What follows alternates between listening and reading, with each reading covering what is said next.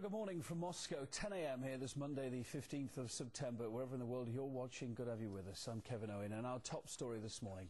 NATO members are due to arrive for a two-day visit to Georgia today in a show of support following last month's war in South Ossetia. 26 NATO ambassadors will discuss Georgia's bid to join the alliance and assess reconstruction needs after the recent hostilities. Moscow's been critical of the alliance's stance, though, on the conflict, and also warned NATO's expansion may lead to a direct conflict between Russia and the West. Anissa Naue reports.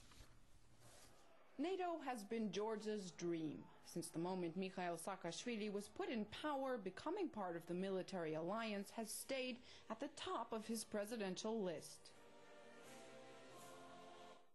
Sooner or later, Georgia will become a member of NATO, and in 3-4 years will have a well-developed economy. The most important for Georgia is to remain unprovoked.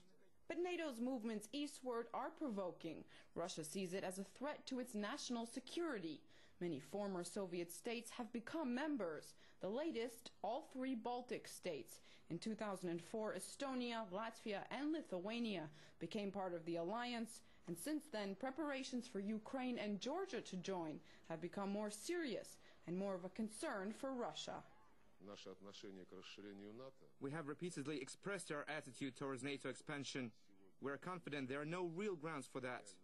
We think that actions to that effect infringe European security and violate obligations that we have all assumed, including those assumed within the Russian NATO Council about not strengthening one's security by way of harming the security of others. Adding to Russia's fear that most of its western border is becoming mostly NATO countries is Georgia's close alliance with the U.S. and the rapid buildup and westernization of its army under Saakashvili. We're the first armed forces in the post-Soviet space to acquire Western weapons and adopt Western standards at such a pace. I couldn't even imagine that we would be able to do it, but we did it, and we can do much more. In April, NATO officially supported the membership applications of Ukraine and Georgia. NATO welcomes Ukraine's and Georgia's Euro-Atlantic aspirations for membership in NATO. We agree today that these countries will become members of NATO.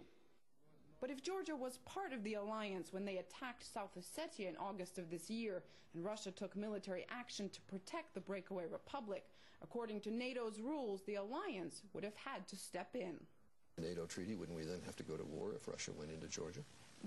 Perhaps so. I mean, that is the agreement when you are a NATO ally, is if another country is attacked, you're going to be expected to be called upon and help. During the summer conflict, NATO condemned Russia, but made it clear that Georgia was in it alone. NATO is not seeking a direct role, and NATO is not seeking a military role in this conflict.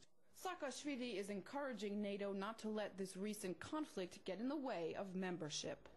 If NATO sends sign of weakness, and clearly this invasion was intended to deter, scare NATO away, if NATO gets scared away, then this will be a never-ending story. A review of Georgia's request for a roadmap to membership is scheduled for this December. But what about the Georgian people? Well, we've stepped out on the streets of Tbilisi to see what some of them think about the future of Georgia and the alliance. Yes, to have protection from our neighbor. I don't think we need it. It will be much better for this small country.